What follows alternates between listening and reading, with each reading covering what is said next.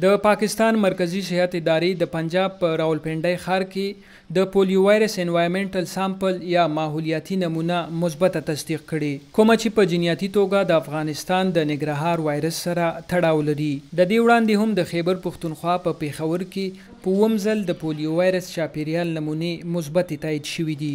د صحت مرکزی سیکرټري افتخار علي شلواني پیښور کې د پولیو وایرس په معلومېدو اندېښنه څرګنده کړې او ویلي دي پیښور کې بیا د پولیو وایرس ضد کمپاینونه کیږي، خو د پولیو وایرس بیا هم موجود دی. تاسو وګورئ پیښور کې چې کلم سیمپل راځي دغه جینیټیکل کم لینکیج چې دی هغه مختلف وي، مختلف امپوټیشن وي، د مختلف سیمو کم وایرس چې دی هغه پکې ډیټیک شي. نو دا شوکۍ داسې چې پیښور ته زموږ د افغانستان نه ډیر زیات تګ راتګ کیږي پیښور ته. د پاکستان لنډمهاله حکومت د صحت مرکزی وزیر ډاکټر ندیم جان ویلي په چاپیریال کې د پولیو وایرس موجودګي ډیر د اندېښنې وړ خبره ده، ځکه چې دا د ماشومان روغ صحت لپاره یو دوامداره ګواښ دی. چې کله انوایرمنټل سامپل موجود دی نو وایرس په دې ماحول کې موجود دی.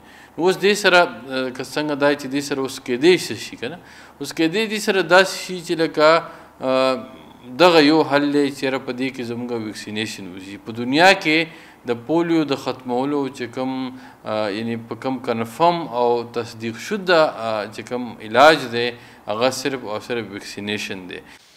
څېړونکي وایي څه که یو خوا په چاپیریال کې د پولیو وایرس نمونې مثبتې ګرځول کیږي، خو بل لوري دا هم معلومیږي چې د پولیو سرویلنس سیسټم یا د څارنې نظام ښه ډول کار ترسره کوي. دا ځل انشاءالله چې کوم ماحولیاتي دغه اخلي سامپلینګ کیږي، مخکې به چې کوم د نري خوړ والا سیمپلو نو هغې کې زمونږ 8 یوسیز چې دی هغه پکې ډرین کیږي. نو اوس کوشش دا دی چې یاره مونږ د هر یوسي نه بیل بیل سامپل ولیږو چې یاره یو خاص ځای ته مونږ ورسو چې یاره کم یوسي کې دا مسله ده. پاکستان کې سخت کال تر دې دمه د پولیو 2 پیښې او 14 انوایرمنټل یا د چاپیریال نمونې مثبت تصدیق شوي دي او ګاونډي هیواد افغانستان کې 15 پیښې او 33 چاپیریالي نمونې مثبت ګرځول شوي دي.